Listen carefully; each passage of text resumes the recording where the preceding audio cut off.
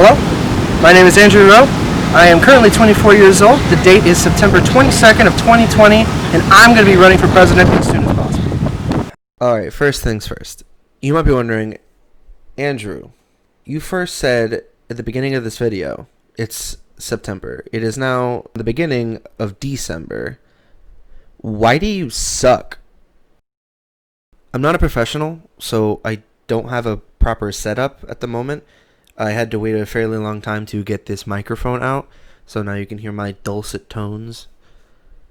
So for the rest of this video, please enjoy this B-roll I shot with me and my friends out at Lake Eola in downtown Orlando. You can do it, Gladys. I believe in you. Fuck you. Try not to pay attention to the video specifically as much as what I'm actually saying. Thank you. The video probably sounds like garbage, but it's fine. Don't worry about it. Unfortunately, I'm not of age to run for president at the moment, but I'm tired of the older generation not doing a damn thing about anything going on here. Nobody in charge is doing any meaningful work or working hard enough to show people that something isn't right on Main Street. But why am I running for president? The biggest reason, honestly, George Carlin. I've listened to his stand-up for years when I was in my angsty teen years, hating the world and how stupid people run this country. And at one point, I heard him say, "Why don't we have bright, good people of conscience? Where are they? We don't have any of them." And I heard this at first, I was all in. But after a while, I started thinking, I'm not that kind of person. I mean, I'm an asshole like the rest of you guys. But I have these ideas and these different standards that the adults running this country just don't have. And you may think me naive for thinking I could run as a random citizen in 12 years, and you'd be right. But if I don't believe in myself right now, I won't have the strength to try and help this country when I can.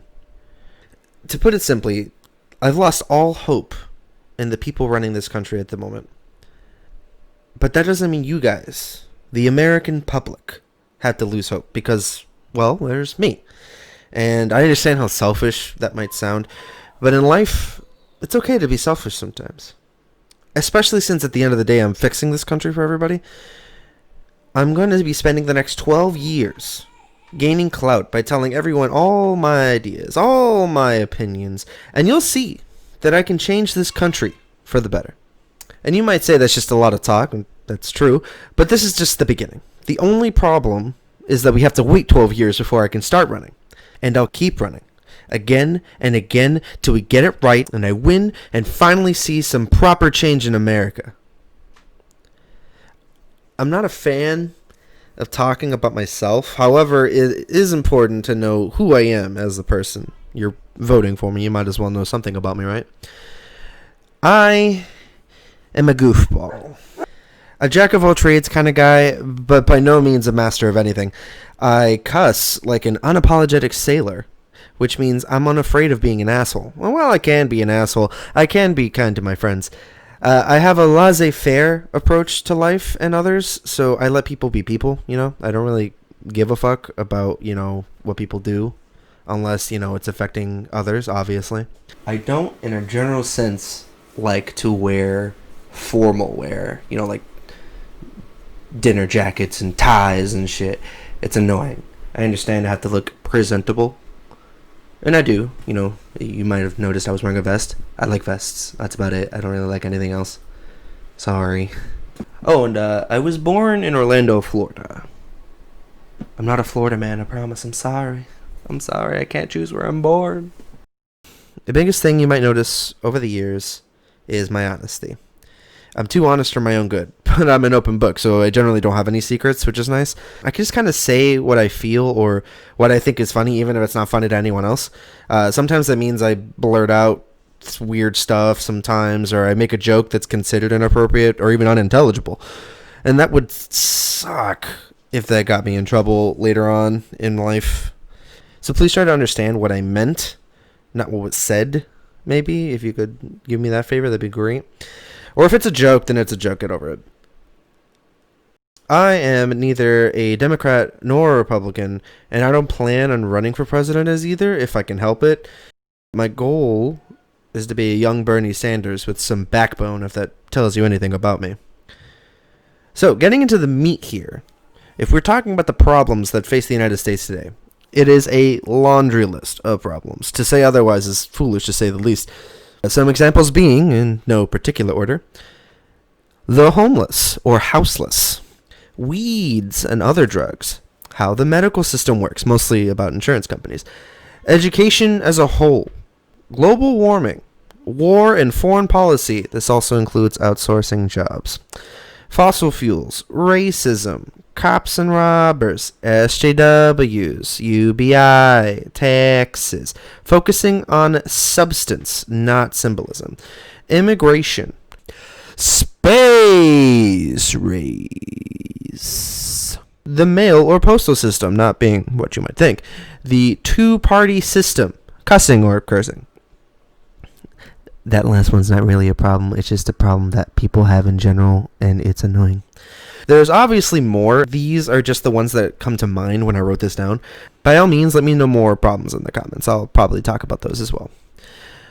The point is that this list is a monument to the challenges that we as Americans face today, and I'm tired of that leave it to the next generation bullshit.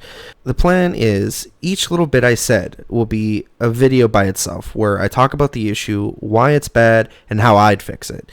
Of course, these opinions are subject to change, but the hope is that they don't change much, if at all, so I have some sense of credibility when it's all said and done. And you might be wondering to yourself, you might be saying to yourself, oh, is that a promise? You promise to do these things in office? No. It's not a promise. Of course it's not a promise. I will never promise the American people a damn thing. You know why? What does every politician do? Almost every single politician out there. I promise this. I promise that. I promise they won't win. I promise I will win. I promise I'll do this for you. I promise I'll do this for the rich. I promise I'll do that for the poor. I promise I'll do this for Medicare. I promise I'll do that in regards to war. I promise I'll do this for the military. I promise everything you want and more. And yet nothing gets done. And yet things get worse or even worse. They lied. I'm not going to promise jack all. Fuck that. I'm just going to do it. This is what I said, and this is what I'm going to try to do. No promises. And when I do them, everyone will understand I'm not a politician in the same regard. I want to change the definition of a politician that people colloquially have at this point. What is a politician in the year 2020? A person who works in the government, who does not listen to their constituents, but to their donors. It's someone who's okay with letting this country play 4D chess with other countries like Russia or China, using other people's countries as chess pieces. People who favor platitudes over policy. People spending 75% of their time finding ways to earn more money to get reelected. That's a politician. I want to be a politician who serves the people again, makes the government a civil service again. I don't want senators being elected once and being essentially set for life. We have forgotten the government is a civil service. It's tragically true. People blame the left. People blame the right. We can't get things done because the other side's doing a thing. The other side is crazy. The other side aren't even human. They're monsters. Of course, politicians are human. We all make mistakes. But if we keep looking to them as teams and not individuals running this country, we will never get anything done. I want to change this country from being a very money-centric, team-based effort to a more individualistic approach, where I don't care if this person has an R or a D next to their name. It's more what they are doing, what they are saying, how they get things done, what ideas they have, and holding them accountable to those things. That's what I care about. Who gives a shit if they're a Democrat or a Republican? They're both shit. What boggles my mind is that there are people out there that recognize that both parties suck ass, but still favor one over the other and be skeptical to the other side, but not to their own. And I've seen both sides do this. It is annoying. Shifting gears a little. Another honest point. A lot of people are being very stupid, especially nowadays, concerning politics. Go fucking figure. They've let the government and or corporations to convince themselves, the general public, that everything is fine if you vote for this guy. Everything is fine if you keep this guy in. This guy says this, but he hasn't done it yet. But he's trying to get it done, but it's really the other side. We have been convinced that this two-party system is all we have and is the best way to do things, so we have to work with what we got. I say fuck that. If and when I become president, I want to take another look into how the Constitution works. All right? As a whole, in a general sense, it just needs an update. And amendments are more than likely not big enough for change. I'm not saying take people's rights away. I'm not even saying, rewrite the whole damn thing. What I am saying is we need to update rights and laws for today's standards. Updated for today's context, so there's no interpreting it. It says this, so this is how it is. And in another 20 years, or 40, or 80, or however many years, when everything is different again, we change it again. In other words, having a Jeffersonian view of the Constitution. Making the Constitution a living, breathing document. It hasn't been that. We've been mired in tradition. That way, we don't interpret things from a document that was written over 200 years ago. Again, it will all be explained in detail in the separate videos. I'm just saying my ideas in general aren't very traditional. We need radical change if we want to start improving this country, because we've been stuck in a rut for the last 60 plus years, and with the common man blaming others while the top earners run to the bank all day. I could have been an observer like Carlin was. To not care about the outcome, just enjoy the show. He did famously say that when you are born in the world, you get a ticket to the freak show. But if you're born in America, you get a front row seat. I could have just bought some popcorn, enjoyed the show, not give a shit. Maybe it's just because I'm just young enough, just naive enough, that I haven't hit that fuck it point yet, you know? I understand a lot of what I'm saying right now is just empty words. But I am going to fill them over the next 12 years and beyond. So you guys can trust me to do it right, so that you guys have full confidence of voting for me.